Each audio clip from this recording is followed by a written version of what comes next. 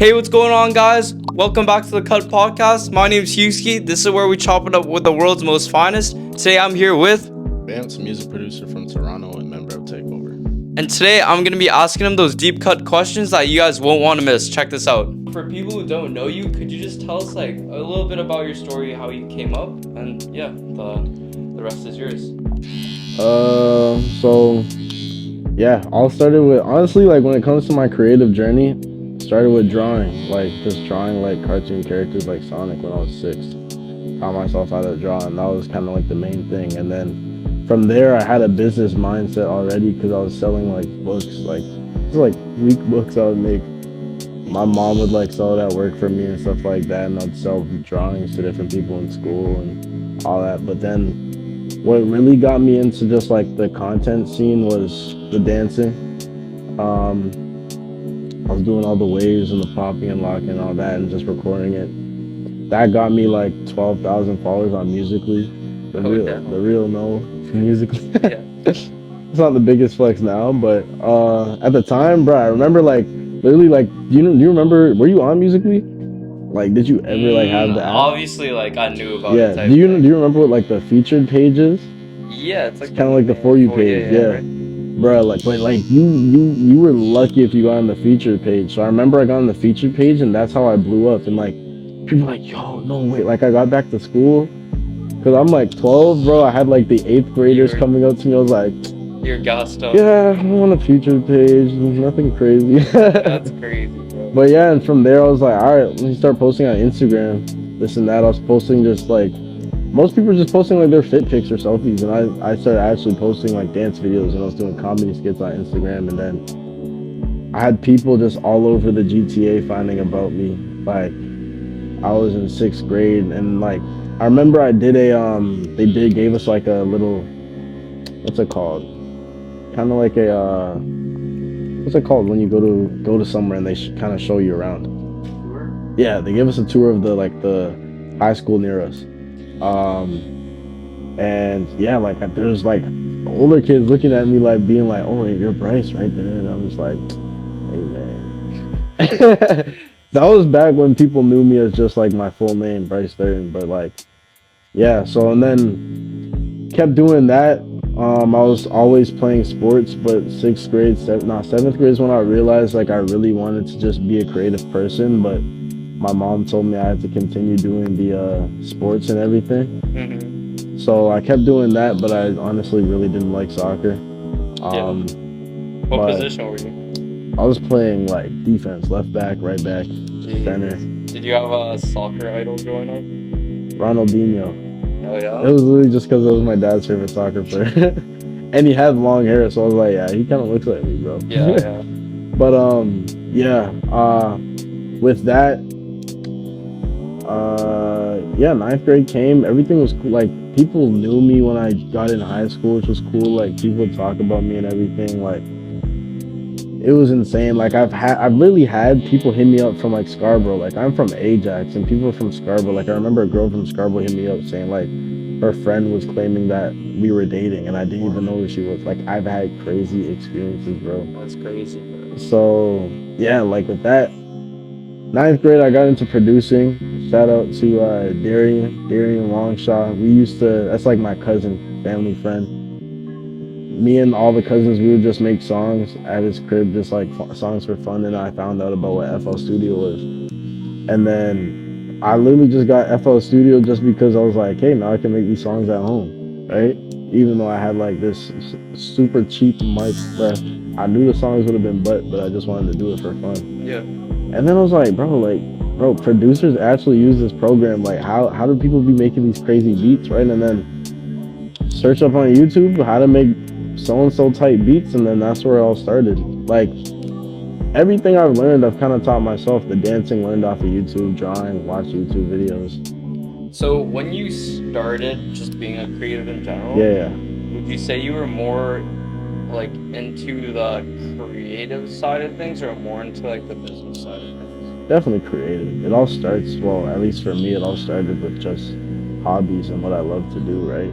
Mm-hmm. And just entertaining people almost. The reactions when dancing of me doing a crazy move, best feeling ever. Like having you walk into like a function, or even just like the small dances you'll have at school, or like the semi-formal. I remember there was a semi-formal that we had 10th grade, bro, and I didn't go to the ninth grade one because I also like I wasn't a people person, bro. I didn't want to go. Yeah. I actually still hate parties. But yeah, 10th grade, semi-formal, homecoming for the Americans. What's it called? People are just like they you know how they do like the awards and stuff? Yeah. They were doing best dancer, and I don't know why some random Asian kid got picked, bro. He was ninth grader that no one knew, so everyone was like, "What, bro? Then why didn't Bryce get picked?" And I was confused, but I didn't want to be that guy to be like, "Should have been me." But yeah, so like they said, I don't remember what his name was, bro, but they said it was his name, and everyone starts yelling at like the DJ, right? And he's like, "All right, so let's have a dance battle." No way. Yo. So they put on a song, bro. I killed them, bro. I ain't gonna lie. Yeah. Wait. So he had it? He had it, and I literally took it from him because we did a dance battle. And then I felt bad though, because like people started making fun of him, but like, nah, that's crazy. Amen, that's how it goes. So tell me like how like you began to take music more seriously. Yeah, so I really enjoyed it when I started, and shout out to Austin, because he was like my biggest like motivator along the way, just because we kind of both learned and got into it at the same time, and we realized we could actually be something even though we kind of sucked at the time. But it was 10th grade when I made the actual conscious decision of being like, all right, no more Bryce the dancer, no more Bryce the comedy guy, the guy who does skits, Bryce the TikTok or whatever. I was like, all right, we're archiving everything on my Instagram. It took so long. Oh yeah. But yeah, from there, like everything on my page was just producing. It was around like COVID when I decided, and then from there, I decided like I'll still do everything else like the dancing, which I don't really do anymore. I still can, but man, it just don't hit the same. So you still got the moves. Oh yeah, I can hit a rude moonwalk, bro. I mean, rude moonwalk. Oh, but yeah, so yeah, made the decision to take producing seriously, and then that's about when takeover started. Yeah, 2021, COVID. So what is Takeover is a producer collective that I started with two of my friends, Maceo and Austin. Austin PYO. And from there, yeah, it kept expanding, like just from different people I knew. So I added Dill. Okay, Dill is his producer name. He's from Texas, met him through TikTok. He was also a dancer. And then from there, Maceo in other Discords got a beat with a guy named Blue Sky, who's from Australia. So, and we're all like around the same age, but like the time I think Blue was like 15. That's crazy. I was 17. Mace was 17, 18. Austin was 17, and then Dill. I think Dill's my age, bro. I've known Dill for so long, and I'm not even 100% sure. I'm pretty sure Dill's my age. So he was like 17 too. And then from there, and then other connections we would have, like it wasn't set as to what takeover was. We actually had another member, but like he kind of drifted apart from the group over like certain disagreements over just opinion. It was kind of dumb, honestly, but you know, he's still doing good, which I'm happy about. But yeah, like different connections. For example, Prodbamt, who he hates when people like say this, but I'm sorry, bro. This is what you're most known for. He helped produce Antisocial with like Tana, known as Baby Santana back then, and like I think Slum Success was on that. So different underground artists. So he joined in the early stages, but he wasn't like other people who joined after Blue. I think Blue was the last one in Takeover that joined in 2021. Everyone else was kind of like an affiliate, and it was just our connections. And then it kind of kept growing. People would add other producers that they know are artists that they would want to work on our stuff, and then it just casually became a collective. Like we never said like, yo, we need to get serious. Let's make this a collective. It just happened, you know? People just started referring to us as Takeover. And then, like, if we fast forward, we decided to open up the Discord 2023, which was last year in, I think, May. I feel like the biggest inspirations is realizing that a lot of the things that made us start is becoming reality almost. Like, Austin's biggest like inspiration when it came to making beats was Jetson Made. Now he's signed to him, which was a complete full circle moment. Like, all of 2021, Austin was making Jetson Made beats, and he was a tight beat producer, and it was going well on YouTube. And now he's literally like making stuff for him in his label or collective, Space Boys, right? So that in itself was super motivating for us. Blue got a placement with Kid Cudi. I find a lot of producers join and they expect everything just like handed to them. They expect all the drum kits we have, all the sauce. They expect all the VSTs. They expect us to teach them how to do everything step by step, to whereas like it's just not realistic. You know what I'm saying? And learning that way keeps you in a box. You're just gonna end up making beats like us. You know what I'm saying? So, bro, you gotta learn a lot of things on yourself, because you learn a lot of things from failure and from time. If you rush everything, you don't get to grow a lot, which I found a lot where the music industry is going. Like, a lot of artists and producers don't even have the chance to grow because of how fast they blow up and how fast they learn things. But yeah, man, just be yourself.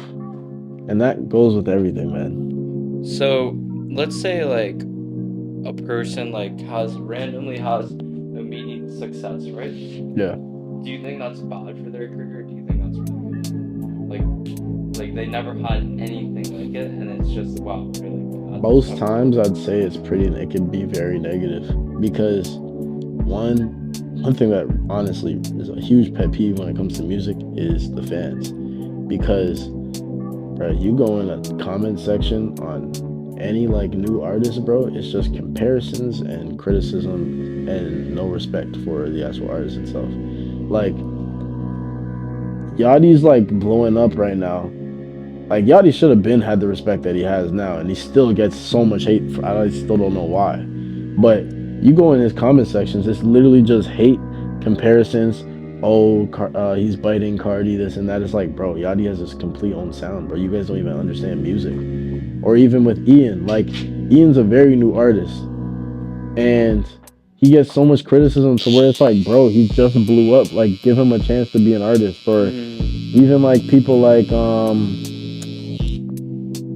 Rich Amiri, he gets so much hate. And like, yeah, like, the thing is, people forget the fact, like, they forget to consider the things that goes into an artist. Like, say for example, Rich Amiri's been, I guess, popping for maybe the past couple of years. So to compare him to Future and be like, yo, he's trying to sound like Future, it's like, well, what do you expect, bro? He's a kid making music like someone he looks up to, and he's finding himself as an artist. That's how everyone starts. Everyone has an inspiration. Tory Lanez looked up to, okay, actually I don't even remember, but he said in an interview like who he looked up to, right? Every artist has people who they wanted to rap like. Travis Scott wanted to rap like Kanye, wanted to create like Kanye, and you still hear the influence, but you have to give them the actual leeway and chance to grow as an artist, to see their full potential. And to judge someone literally hinders their growth. Or to have someone have like millions of streams and say like their first year of taking music seriously, they get stuck in a box almost because of expectations, of judgment, of criticism, and they don't even get to mature as a person to be able to know how to take criticism. On top of that, majority of the people blowing up now are not even like 18 yet. So the average kid, average teenager, bro, like, it's not healthy for an artist to face so much criticism and all the, you know, just the negativity that's online. Do you think the world today has become more negative than when it was like, earlier? Or you think it's the same?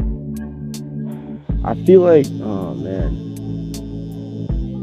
In what sense? The world itself, or like music, or like social media? Like, do you mean just in general, the world as a place itself?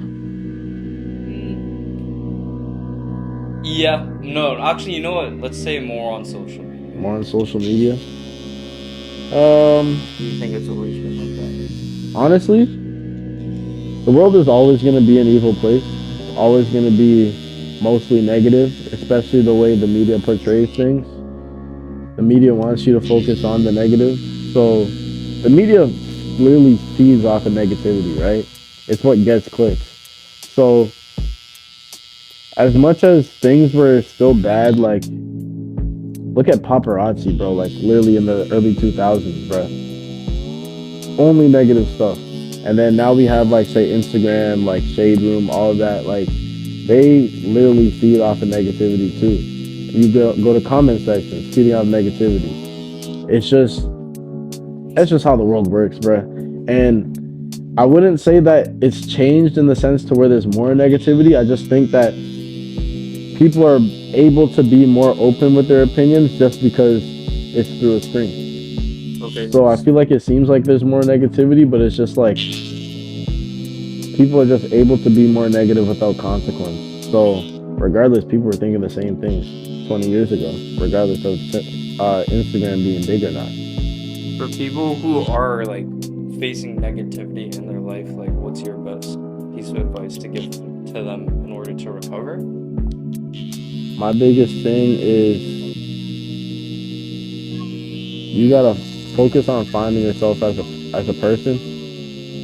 Knowing yourself is one of the best things you can have as a person, and I was truly blessed to have experienced that at like the age of 12, because you find people get into high school, you've probably experienced it yourself. People starting high school in 9th grade going into 12th, two completely different people all the time. And half the time you'll find 20-year-olds who don't even know themselves. You know what I'm saying? Just doing what everyone else is doing. So it's like knowing yourself is one of the biggest things when it comes to dealing with negativity, because if you know yourself, who cares what other people are saying? And then on top of that, have a good relationship with God. Like, it can save you from so much. Times where you feel like lashing out on someone, remember things that Jesus has taught you, bro, and then keep it pushing, bro. It's really never worth it. Can't fight fire with fire. It's always better to be peaceful at the end of it. Because how many times, like, there's a Bible verse for it, I don't remember what it is, but it kind of talks about, like, how many times do you experience, like, someone being mad at you and you're nice to them, and then they get more mad? Like, it's like the chances of that happening are pretty low, because it's like they'll be like, all right, bro, like, why am I gonna like snap out on a person like apologizing to me for something like he did wrong instead of trying to fight? You know what I'm saying? Yeah. So do you think that when you're coming up as, I guess, a creative or someone who's just really dedicated to what they do, it could be an athlete or whatever, do you think there is like time for you to fit in for, like, let's say, I don't know, like a significant other, or even just like doing whatever with your friends, just the most like useless thing? Like, do you think there's time for that or no? Depending on the person, depending on what you want to accomplish, depending on where you want to be in the industry you're in, because some positions take more time than others. But yeah, it depends on where you want to be. Like, if you want to be the best of the best, you have to sacrifice more. And it all comes to time, it all comes to money, and then, like I said, it depends on your situation. If you have a job to where you can have a girlfriend and also pay for studio sessions, or pay for your distributor to get your clothing out, things like that, or paying to keep a website up. If you can juggle it all, then do it. But like, coming with that, you need to be self-aware and know just what you can handle, right? And be honest with yourself. If you know genuinely you can't handle a girl, bro, don't get a girl. Like, there's no rush. You got people in, bro, 9th grade fiending for a relationship, bro. Sure. I'm 20 and still haven't had a girlfriend, bro. It's like, Really, bro? I swear to you, bro. Yo. There's no rush. Because it's like, why am I, like, I value women. I'm not going to get into a relationship just to get into a relationship. You know? So I never got into a relationship in high school because I knew I was going to get a track scholarship. So I'm like, why would I get with someone in Canada if I know I'm going to be living in the U.S.? You know, I could have done long distance, but I don't want to do that to myself. you know? So Yeah. people just don't be realistic. They don't be thinking. I ain't gonna lie. So the last question I have for you is for all the people who are at home right now and they're really just sitting and they're like, man, I really want to achieve this one thing. What's one piece of advice you would give to them in order to give them the best chance at doing so? Honestly, bro, just take the step. Just do it. Like, literally just start. That's the hardest part, starting something new. Like, if I didn't literally just tell myself, oh, shoot, I want to make music, or I'm curious on how music's made, and just decided to search it up on YouTube, then I wouldn't be where I'm at today. You know what I'm saying? I wouldn't be as happy as I am today. So if you're curious about something, bro, just do it. Like, there's nothing stopping you. And if there is something stopping you, there's always a way around it. Like, if you really want something, you'll find the way to do it. And just have hope in God that it'll pull through and you find out what you want to do. You know what I'm saying? So, yeah, just start, man.